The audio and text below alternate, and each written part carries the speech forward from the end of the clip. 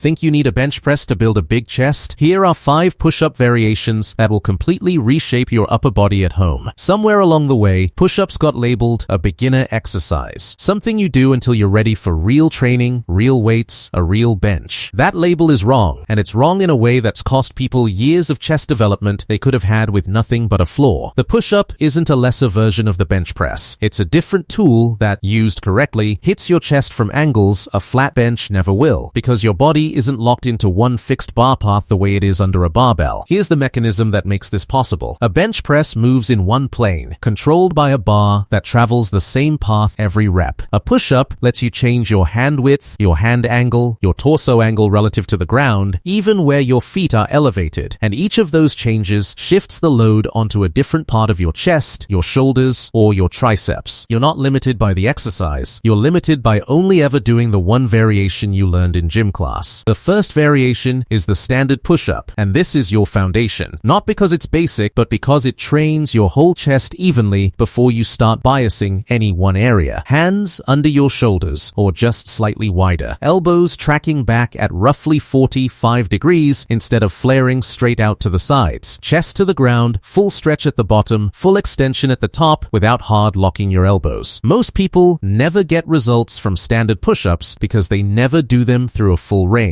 Quarter reps bouncing off the top few inches train your triceps a little and your chest almost none, because the deep stretch at the bottom is where most of the chest tension actually happens. The second variation is the wide hand push-up, hands set noticeably outside shoulder width, and this shifts more of the work onto the outer chest, the part that gives your chest width when you're standing with your arms at your sides. The trade-off is a shorter range of motion, since your arms can't travel as far when they're already spread wide, so this isn't a replacement for the standard version. It's an addition, a way to hit the same muscle from an angle that emphasizes a different fiber direction. Keep your elbows from flaring past a wide, comfortable angle here. Going too wide turns this into a shoulder exercise wearing a chest exercise's name. The third variation is the diamond push-up, hands close together under your chest, thumbs and index fingers touching to form a small triangle. This is often sold purely as a triceps exercise, and it does hammer your triceps hard, but it also shifts real emphasis onto your inner chest, the part responsible for that visible line down the center of your chest that wide grip work barely touches. This variation is genuinely harder than it looks, so don't be surprised if your rep count drops significantly compared to standard push-ups. That drop isn't weakness. It's a sign the muscle group doing the work has changed. The fourth variation is the decline push-up, feet elevated on a chair, couch, or step, hands on the ground. Elevating your feet shifts more of your body weight through your arms and chest, which means more resistance without needing a single added pound of external weight. This variation also biases your upper chest more than a flat push-up does, the same region a barbell incline press targets in a traditional gym setup. Keep your core tight here because the elevated angle makes it easier to let your lower back sag, which turns a chest exercise into a lower back problem. If a full decline feels too demanding right now, a lower step works just as well as a starting point, and you can raise the height as you get stronger. The fifth variation is the archer push-up, and this is where push-ups stop being about volume and start being about control. Hands set wide, and as you lower, you shift your weight toward one arm, letting that arm bend deeply while the other stays nearly straight out to the side, almost like you're drawing a bow. Push back up, then shift to the other side on the next rep. This trains each side of your chest independently, which matters more than people realize, because most of us have a dominant side that quietly does more work in every bilateral exercise we've ever done, and that imbalance compounds over years without ever showing up as an obvious problem, until one side visibly outgrows the other. The archer push-up forces the weaker side to catch up, because it can't hide behind the stronger one anymore. Here's how these 5 actually fit together into a real routine instead of 5 random exercises you try once and forget. Standard push-ups come first, while you're fresh, since this is your main volume driver and deserves your best effort. Follow with wide hand push-ups to finish off the outer chest while it's already warm. Diamond push-ups next, since triceps fatigue here won't hurt you much once your chest has already done its primary work. Decline push-ups after that, targeting the upper chest with a movement that's genuinely tough when you're not fresh anymore, which is exactly the point, since a muscle under fatigue still adapts even when the rep count looks smaller than you'd like. Finish with archer push-ups, low reps, focused entirely on control rather than speed, correcting whatever imbalance built up across the earlier sets. Progression matters as much here as exercise selection. Maybe maybe more. All 5 of these get easier over weeks, and when they do, the answer isn't switching to a 6th variation you saw somewhere. Slow your tempo down, taking 3 full seconds to lower on every rep instead of dropping fast and popping back up. Add a 2-second pause at the bottom of each rep, right at the deepest stretch, where most people rush through the exact position that builds the most chest tension. Elevate your feet higher for an even steeper decline. Add a weighted vest once bodyweight alone stops being enough of a challenge across all 5 variations. The patterns stay the same, the demand you place on them is what climbs. There's a mistake worth naming here because it derails more people than bad form does. Chasing rep counts instead of chasing quality reps. 20 sloppy push-ups with a partial range and a sagging back build less chest than 10 done properly. Chest to the floor, full lockout, controlled the entire way down. Your muscle responds to tension through a full range, not to a number you can post as a comment under someone else's video. If your form breaks down, that's the end of the set, whether you've done 5 reps or 25. What you're building across these 5 variations isn't a party trick. It's a chest trained from enough angles that it develops the way a well-programmed barbell routine would, without ever needing a bench, a rack, or a gym membership standing between you and training today. Standard, wide, diamond, decline, archer, 5 variations, 1 muscle group covered from every angle that actually matters. Pick whichever of these 5 you've never tried and add it to your next upper body session. Tell me in the comments which one surprised you the most.